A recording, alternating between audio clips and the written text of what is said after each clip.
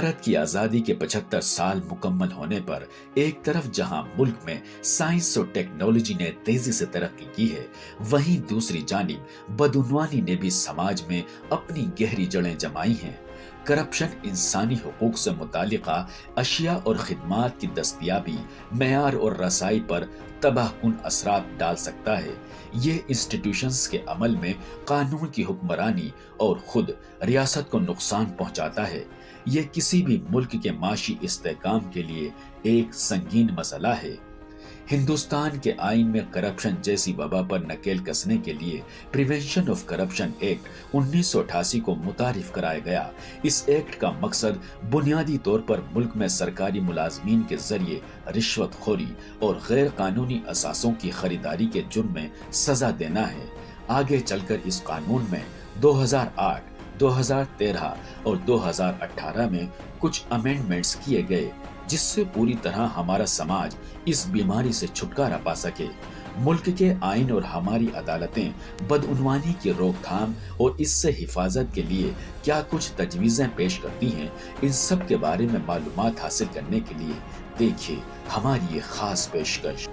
नाज़रीन आदाब, आज की इस पेशकश में हम बात करेंगे उस जुर्म की जो दीमक की तरह किसी भी देश को खोखला कर देता है। जी हां, और वो है करप्शन, भ्रष्टाचार, बदउनवानी। गांधी जी ने भी कहा था कि भ्रष्टाचार तब होगा जब अयोग्य अभ्यास करने वालों की बड़ी संख्या यह महसूस करेगी कि राष्ट्र उनके लिए मौजूद नहीं है, बल्कि वे राष्ट्र के लिए ऐसा कर रहे हैं। और इसे रोकने के लिए नैतिकता के एक पैमाने की जरूरत है, अत्यधिक सतर्कता की जरूरत है। आखिर आजादी के बाद भ्रष्टाचार को रोकने के लिए हमारे मुल्क में क्या कानून बनाए गए और क्या हैं अहम अदालती फैसले, इन अहम मौज़ूआत पर आज की इस पेशकश में हम बात करेंगे। और इस पर गुफ्तगू करने के लिए हमारे साथ स्टूडियो में मौजूद हैं दो खास मेहमान। हमारे साथ हैं डीसीपी साउथ वेस्ट दिल्ली जनाब राजीव कुमार साहब, और हमारे दूसरे खास मेहमान हैं जाने माने वकील AK सिंह साहब। आप दोनों का आज की इस पेशकश में बहुत बहुत इस्तकबाल है। आप दोनों के अलावा हमारे साथ स्टूडेंट भी मौजूद हैं जिनके सवाल आज की इस पेशकश में हम शामिल करेंगे। सबसे पहला सवाल, जब हम बात करते हैं करप्शन की, भ्रष्टाचार की, AK सिंह साहब, आजादी के बाद ये कितना बड़ा चैलेंज था एक नए देश के सामने कि अब हमें इस भ्रष्टाचार जैसी लानत को भी रोकना होगा कि कहीं ऐसा ना हो कि भ्रष्टाचार हमारे देश की तरक्की को रोक दे। तो कहां कहां हमने कानून बनाए और वो कौन से कानून है हमारे देश में जो भ्रष्टाचार को, इस करप्शन को रोकते हैं? भ्रष्टाचार का इतिहास कोई ऐसा नहीं है कि आज़ादी के बाद ही भ्रष्टाचार शुरू हुआ है। ये मानव के इतिहास से जुड़ा हुआ है, हमारी सभ्यता के इतिहास से भ्रष्टाचार का इतिहास जुड़ा हुआ है। आज़ादी के बाद ऐसा महसूस किया गया कि जो मौजूदा कानून भारत में था, इंडियन पिनल कोड, वो सफिशिएंट नहीं था इसको कर्ब करने के लिए, इसको रोक पाने के लिए, उसको सज़ा देने के लिए। उसके लिए कुछ स्पेशल जांच की एजेंसी चाहिए थी जो प्रोसीड्स ऑफ क्राइम है, जो इस क्राइम को रोका जा सके, या जो भ्रष्टाचार से जो धन इकट्ठा किए गए हैं उसको एक ड्यू प्रोसेस ऑफ लॉ के तहत उसकी जब्त की जा सके। ठीक है, इसके लिए कोई सफिशिएंट कानून नहीं था, तो देश में इस चीज़ की कमी महसूस की गई। इंडियन पिनल कोड पर्याप्त नहीं था। पहले जब भ्रष्टाचार के केस दर्ज होते थे तो चूंकि वो पब्लिक सर्वेंट होता था, क्लर्क होता था, ऑफिसर होता था किसी डिपार्टमेंट में, तो 409 के अंदर में वो फॉल करता था। ठीक है, आम लोग होते थे तो 406 में होता था, या नहीं तो 409 में 420, 468, 467 हैं, 471 में लोग को उसको डील करते थे, जो कि सफिशिएंट नहीं था। 1988 में प्रिवेंशन ऑफ करप्शन कानून बनाया गया इसको रोकने के लिए, लेकिन वो कानून लिमिटेड है पब्लिक सर्वेंट को लेकर तक। अगर कोई पब्लिक सर्वेंट अपनी ड्यूटी को डिस्चार्ज करने के लिए या डिस्चार्ज नहीं करने के लिए, दोनों ही केस में किसी से भी अनलॉफुल ग्रेटिफिकेशन प्राप्त करता है, मांगता है, पेशकश करता है, तो ये उसके अंदर ये ऑफेंस आएगा। ठीक है, उसमें कई सारे प्रोविजंस हैं, अनलॉफुल ग्रेटिफिकेशन के प्रोविजंस हैं, डिसप्रोपोर्शनेट ऑफ एसेट, आपके पास अकूत संपत्ति है जो कि किसी अरिथमेटिक से आपकी सैलरी से वो मैच नहीं कर रहा है, या आपके जो एक रिन्यूमरेशन आपको सरकार में काम करने के दौरान जो आपको मिली है या मिलती है उससे वो कहीं भी मैच नहीं कर रहा है, तो वो डिसप्रोपोर्शनेट ऑफ एसेट के अंदर केस दर्ज होता था और वो सारी चीज़ें उसमें फिर आई। फिर 2002 में, एक्चुअली 1998 में इंडिया यूएन डिक्लेरेशन का सिग्नेटरी रहा है, जिसमें ये रिजॉल्व किया गया कि सारा देश जो यूएन का मेंबर है वो मनी लॉन्ड्रिंग को रोकने का, क्योंकि ऐसा नोटिस किया गया कुछ डिकेड्स पहले कि मनी लॉन्ड्रिंग इंटरनेशनली टेररिज्म को, ड्रग्स को के जो इंटरनेशनल रैकेट्स जी हैं और टेररिज्म को वो कहीं ना कहीं प्रभावित करता है मनी और लॉन्ड्रिंग, उससे बल मिलता है कहीं ना कहीं उसको। हाँ उससे बल मिलता है। और हमें इस चीज से बचने की जरूरत है। और सबसे हाँ, बड़ा एक मसला टेररिज्म हाँ, का था। हाँ, तो उसके साथ साथ इसको देखा जाए तो जोड़ करके इसको माना गया कि ये भी कहीं ना कहीं कि उसको सारे देश में एक मनी लॉन्ड्रिंग का एक सशक्त कानून होना चाहिए। तो 98 में इंडिया उस सिग्नेटरी था उसका, और उसके मैंडेट के तहत 2002 में मनी लॉन्ड्रिंग का कानून बना। उस कानून के तहत एडजुडिकेटिंग अथॉरिटी है, ईडी बना, ठीक है। फिर उसके अंदर जो है ईडी केस दर्ज करती है, प्रोसीड्स ऑफ क्राइम जो है, जो भी मतलब प्रिडिकेट ऑफेंस है उसका प्रोसीड्स ऑफ क्राइम को से जो आपने धन इकट्ठा कर रखा है या उसने उस पैसे को, चीटेड फंड को, क्राइम के पैसे को आपने उसका स्वरूप बदल दिया, जी ठीक है। इसके प्रावधानों पर भी हम बातचीत हाँ, करेंगे। इसके अंदर तो उसका सजा का स्वरूप क्या है? बदल दिया, तो उस बदले हुए स्वरूप को भी जब्त करना जी। है ना, उसको अटैच करना, सेल करना, डिस्पोज ऑफ करना, और वो सारा नेक्सस को डिस्ट्रॉय करने का पूरा प्रोविजन है। जैसे आपने कहा कि इसका कहीं ना कहीं देखा जाए तो टेररिज्म से भी इसका कनेक्शन माना गया है। Definitely। मैं राजीव जी से जानना चाहूंगा कि जिस तरह ये अब हम टेक्नोलॉजी की बात करते हैं, टेक्नोलॉजी एडवांस हो गई है, हम लोग सब आजकल इंटरनेट की दुनिया में हैं, कितना एडवांस हो गया है ये एक भ्रष्टाचार का और ये करप्शन का जो पूरा निज़ाम है कितना स्ट्रॉन्ग हो गया, किस तरह से एडवांस हुआ है? नुमान जी देखिए, करप्शन अपने आप में दीमक है जैसा आपने बोला, और जैसे टेक्नोलॉजी चेंज हो रही है, नई नई डेवलपमेंट हो रही है, तो करप्शन के भी तरीके चेंज हो रहे हैं। जो चीज़ें पहले फिजिकली होती थी, पैसे का लेन देन एक टाइम पर हाथों से फिजिकली होता था, करेंसी, अब वो फिजिकली नहीं होता है। वो जितने भी बैंकिंग चैनल्स हैं, ठीक है, शेल कंपनीज हैं, उनके थ्रू होता है। कई बार उसकी ट्रेल को पता लगाना बहुत डिफ़िकल्ट होता है, क्योंकि वो ट्रेल फ़ॉरेन में जाती है। इंडिया में इन्वेस्टिगेशन करना आसान है, लेकिन जब फ़ॉरेन में किसी बैंकिंग सिस्टम इन्वॉल्व हो तो बड़ा मुश्किल हो जाता है इन्फॉर्मेशन निकालना। तो कहीं ना कहीं जो भी नई टेक्नोलॉजीज़ आई हैं पेमेंट से रिलेटेड, उसका यूज़ हो रहा है करप्शन में, और वो सब यूज़ की जा रही हैं करप्शन के जो पैसा है उसको छिपाने के लिए। तो मुश्किल है, लेकिन पुलिस भी अपने आप को टेक्नोलॉजी के हिसाब से एडवांस किया है उन्होंने। एडवांस किया है अपने आप को, और हम भी कोशिश कर रहे हैं कि जो क्रिमिनल्स हैं या जो करप्शन कर रहे हैं, उनके जो भी चैनल्स हैं जहां वो बनी को रूट करते हैं, उनको हम भी पता लगाकर उसको नेस्ता नाबूद करने की कोशिश पुलिस हमेशा जारी करती रहती है। और इसके अलावा जो और भी एजेंसीज एंटी करप्शन में, जैसे सीबीआई है, जैसा AK सिंह साहब ने बोला, ईडी है, वो सब भी इस काम में लगी रहती हैं। नए कानून आप ये देखा आपने कि अभी जो 1988 के कानून के जिक्र किया, आपको लगता है कि कानून पर्याप्त हैं इसको हैंडल करने में, इसको कंट्रोल करने में, या कुछ अभी ऐसा लगता है कि अभी कुछ और चीज़ें होनी भी और ज़रूरी है? कानून अपने आप में देखिए, कानून तो बन जाता है, लेकिन डिपेंड ये करता है कि जो कानून को लागू करना होता है, जो लागू करते हैं उनकी कितनी एफिशिएंसी, उस पर ये डिपेंड करता है कि कानून अपने आप में कितना इफेक्टिव होगा। जी। तो एजेंसीज सारी की सारी लगी हुई हैं, और देखिए पिछले कुछ सालों में अगर आप देखेंगे तो एंटी करप्शन पे काफ़ी काम हुआ है। हमारा RTI एक्ट है जो काफ़ी इफ़ेक्टिव है, CBI है, ED है, इसके अलावा लोकपाल लोकायुक्ता है। तो कहीं ना कहीं बहुत सारी एजेंसीज़ हैं जो बनाई गई हैं। अब CVC भी काम करता है एंटी करप्शन पे। तो सारी एजेंसीज़ मिलके अपने तौर पे करप्शन के खिलाफ काम कर रही हैं। इसके अलावा हर डिपार्टमेंट में भी एक चीफ विजिलेंस ऑफिसर होता है, जो सरकारी डिपार्टमेंट होता है, वो भी काम करता है, रिकमेंडेशन देता है। तो करप्शन को रोकने के लिए सरकारी तंत्र में सारे विभाग काम कर रहे हैं, और इसमें जो सबसे इम्पोर्टेंट मुझे लगता है, पब्लिक की बहुत भागीदारी है। कैसे करें? देखिए जब करप्शन होता है तो कहीं ना कहीं पब्लिक को कोई सर्विस लेने देने, उसके अंदर करप्शन होता है। तो अगर पब्लिक की ओर से शिकायत आएगी, उनका सहयोग रहेगा, तो जितनी भी एजेंसीज़ हैं उनको करप्शन को रोकने में बहुत ही फ़ायदा होगा। और देखिए कहीं ना कहीं आप किसी को पकड़ भी लेते हैं तो कानून का एक अपना तरीका है, कोर्ट में केस चलता है, वहाँ पे बाकायदा जो विटनेसेस होते हैं उनका बयान होता है, तो उस समय हमें पब्लिक की भागीदारी तो चाहिए। और करप्शन में जैसे ट्रैप भी होता है कई बार, रंगे हाथ जब पब्लिक बताती है कोई कि भाई ऐसे कोई रिश्वत मांगी जा रही है, तो ट्रैप होता है, तो उसमें पब्लिक विटनेसेस की बड़ी इंपॉर्टेंस है।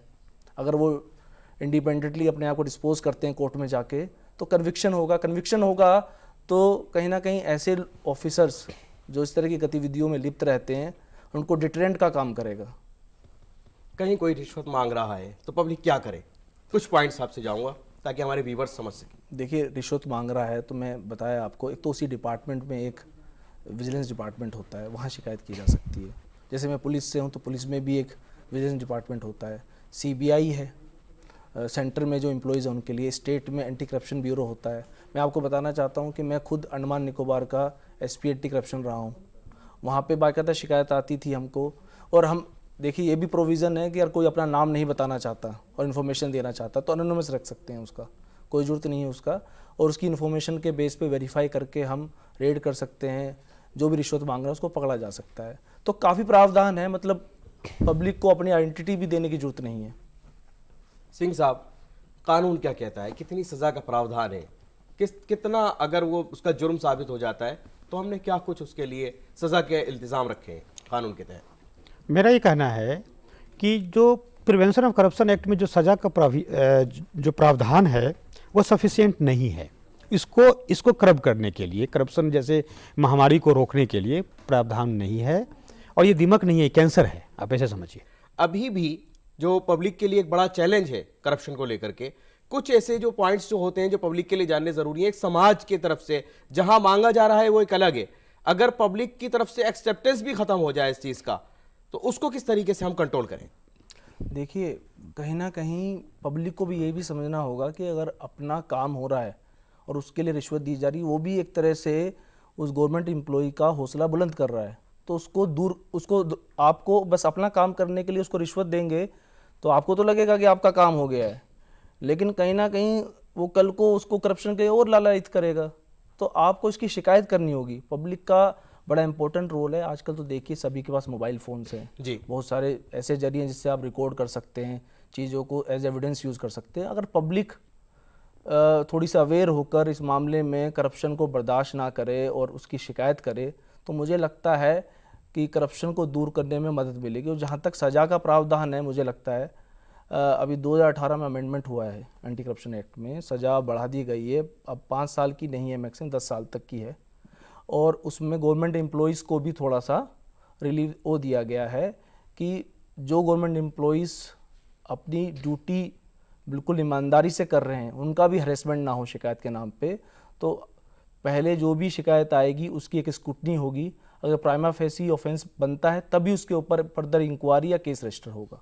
तो उस चीज़ को भी किया गया। इस तरह के केसेस क्या आप कहते हैं सामने आए हैं कि कहीं जो ईमानदारी से काम कर रहा है उसको हैरेस करने के लिए या उसको परेशान करने के लिए इस तरह के केसेस आते हैं? कई बार होता है। देखिए, जब आदमी ईमानदारी से काम करता है तो कुछ लोग ऐसे होते हैं जिनको पसंद नहीं आता है, जब तो कहीं ना कहीं उस आदमी के खिलाफ झूठी शिकायतें की जाती हैं, कंप्लेंट्स की जाती हैं, तो उससे भी बचाने की जरूरत है।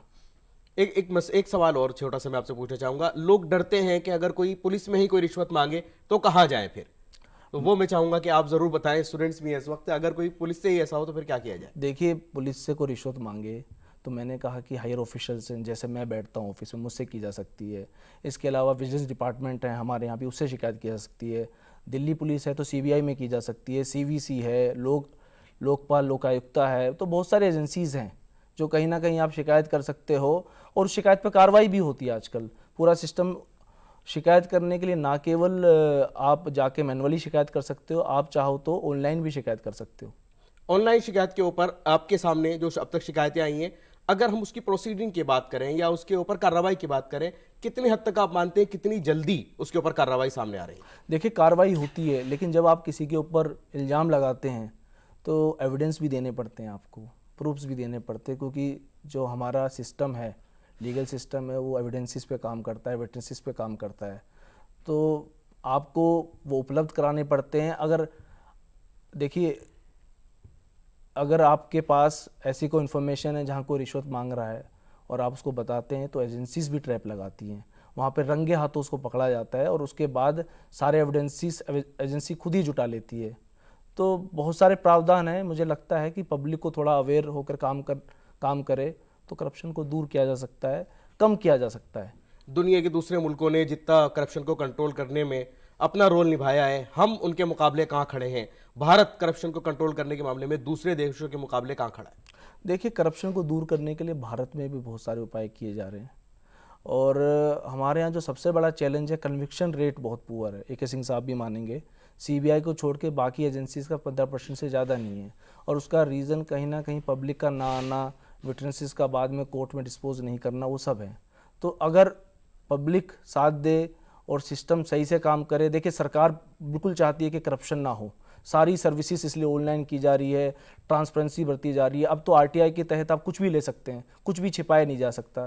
तो ये सारी की सारी चीज़ें इसीलिए हैं कि करप्शन फ्री सोसाइटी बने और जो करप्ट है उसको कड़ी सज़ा मिले और एक तरह से नज़ीर बने उसको, कि बाकी लोग करप्शन करने से पहले 10 बार सोचें।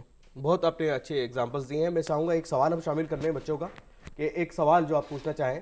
अब क्वेश्चन आंसर के सेशन की तरफ हम बढ़ रहे हैं। जी, सवाल बताएं। मेरा नाम मोहम्मद तैयब है। मेरा सवाल ये है कि जो करप्शन हमारे देश में बढ़ रहा है तो वो कब तक ख़त्म होगा, एंड जो सज़ा का टाइम मिलता है इतना लंबा, 12 साल सर ने बताया कि 12 साल केस को लग गए, तो ये इतना ज़्यादा टाइम क्यों लगता है और उसको कम कैसे कर सकते हैं?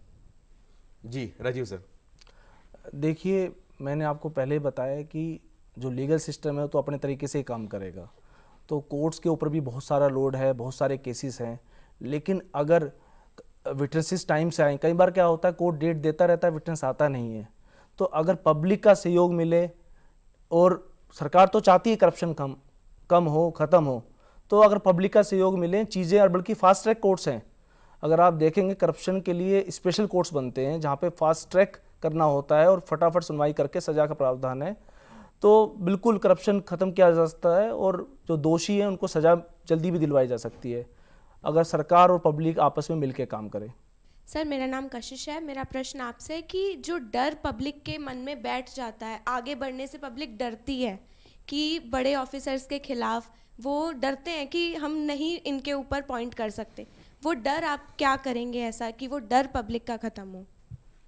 देखिए, पब्लिक को डरने की ज़रूरत नहीं है इस देश में, मतलब ना केवल ऑफिसर्स बल्कि मंत्रियों का भी कन्विक्शन हुआ है, आप जानते ही हैं।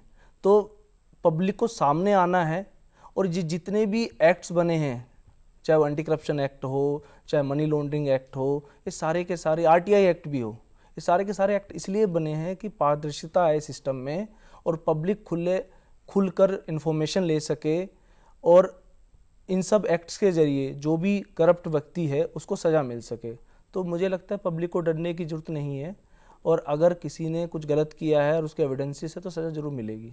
जो और जिस तरीके से कानून बनाए गए हैं वो सब आम पब्लिक के लिए हैं। सिंह साहब, एक अहम सवाल ये भी हो जाता है कि लोग कहते हैं कि आज भी जब करप्शन के इस तरह के केसेस सामने आते हैं तो उसमें देरी क्यों होती है, इतना लंबा समय क्यों लग जाता है? क्योंकि जिसके साथ ठगी हुई है, जिससे पैसा ले लिया गया, या जो चाहता है कि हमारे देश में करप्शन ना बढ़े, वो यहाँ आकर के बड़ा दुखी हो जाता है कि जब ये केसेस जो हैं वो लंबे समय तक चलते हैं। किसी भी कोर्ट के प्रोसीजिंग में देरी क्यों होती है, उसका सबसे बड़ा कारण है कि हमारे पास हमारा जो एक रेशियो है, जो वर्ल्ड में अगर आप कंपेरिजन करेंगे डेवलप कंट्री से, तो एक पर्टिकुलर पॉपुलेशन के ऊपर पर पॉपुलेशन, पर लाख पॉपुलेशन, पर 10 लाख पॉपुलेशन आपके पास जजेस कितने हैं जी, आपके पास कोर्ट रूम्स कितने हैं। अब जैसे हम हेल्थ इंडेक्स की बात करते हैं तो पर लाख पॉपुलेशन आपके पास बेड कितने हैं हॉस्पिटल में, डॉक्टर्स कितने हैं। ठीक वैसे ही आप समझिए कि पर लाख पॉपुलेशन आपके पास पुलिस कितना है, पर लाख पॉपुलेशन आपके पास जजेस कितने हैं, कोर्ट रूम्स कितने हैं।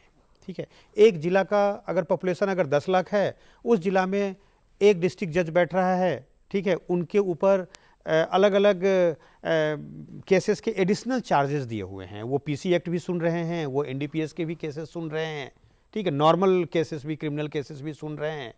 तो कोर्ट ओवरबर्डेंड है, पुलिस ओवरबर्डेंड है, जितना उनके पास असाइनमेंट है उतनी हमारे डिपार्टमेंट्स की क्षमता नहीं है जी। इस वजह से जो देरी का मुख्य कारण है वो यह है, आप ऐसे समझिए। अच्छा, और अभी आपको कानून में क्या बदलाव नजर आते हैं कि होने चाहिए? क्योंकि जिस तरह से टेक्नोलॉजी बढ़ी है उस तरीके से कहीं ना कहीं और ज़रूरत बन जाती है कि हम इसको कंट्रोल करें और ज़्यादा बेहतर ढंग से इसको कंट्रोल किया जा सके और एक डर का माहौल पैदा हो करप्शन करने वालों। देखिए, सरकार इस पर निरंतर काम कर रही है। ठीक है, अभी आपने पढ़ा होगा 7 मार्च का एक खबर है कि भारत सरकार ने नोटिफिकेशन लाकर क्रिप्टो करेंसी में किसी भी प्रकार को डील करना, उसको पजेस करना, उसमें ट्रेड करना को वो इलीगल डिक्लेयर कर दिया है। ठीक है, जी। ये एक बहुत बड़ा स्टेप है। बहुत खूब।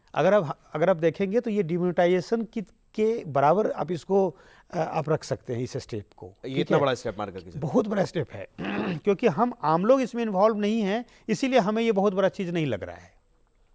ठीक है, क्योंकि जो जैसा कि अभी वो बता रहे थे डीसीपी साहब कि जो अकाउंट्स के थ्रू ट्रांजैक्शंस हो रही हैं और इसके थ्रू हो रही हैं, और हमें मनी ट्रेल को ट्रैक करना होता है, नए नए मोड्स आ गए। उस नए मोड में सुपर नया मोड जो है वो बिटकॉइंस और क्रिप्टो करेंसी का है। जी। अब इंटरनेशनल टेररिज्म है, ड्रग्स का धंधा है या करप्शन का धंधा है, वो सब क्रिप्टोज में आजकल डील हो रहे हैं। तो भारत सरकार ने अभी 7 मार्च को एक नोटिफिकेशन लाके क्रिप्टो में डील करने का किसी भी प्रकार से अब अगर आप डील करते हो या आप करते हुए पाए जाते हो, या तो आप ट्रेड करते हो या पजेस करते हो, ठीक है, तो आपके ऊपर कार्रवाई होगी।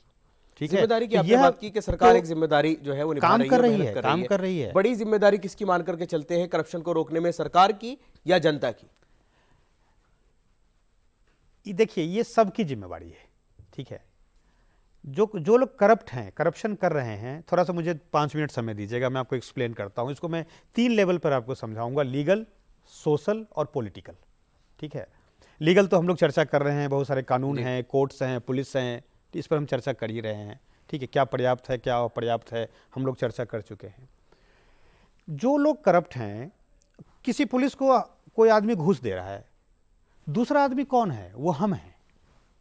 किसी सरकारी अधिकारी को किसी विभाग में हम घूस दे रहे हैं कि मेरा काम जल्दी फटाफट हो जाए, या मैंने कोई क्राइम किया है, पुलिस मेरे पीछे गिरफ्तार करने के लिए आई है, अब हम पैसा देकर हम गिरफ्तारी से बचना चाह रहे हैं। तो हमेशा करप्शन में जो 2 पहलू है वो मियाँ बीवी की तरह है। एक पहलू अगर पब्लिक सर्वेंट है तो दूसरा जो उसका पहलू है वो पब्लिक है। पब्लिक है। ठीक है, हम देते हैं पैसे, हम पैसे देकर हम अपना काम को ईज कराना चाहते हैं। यानी आप ये मान करके चलते हैं कि करप्शन का एक पहला जो एक कदम है वो पब्लिक की तरफ से भी बढ़ाया जाता है, कि वो अपना काम करवाने के लिए आगे बढ़ते हैं। 2-3 चीजें बताओ, हम टर्मिनोलॉजी यूज करते हैं, यार कुछ ले देकर कर लो। व्हाट इज कुछ ले देकर? This is corruption.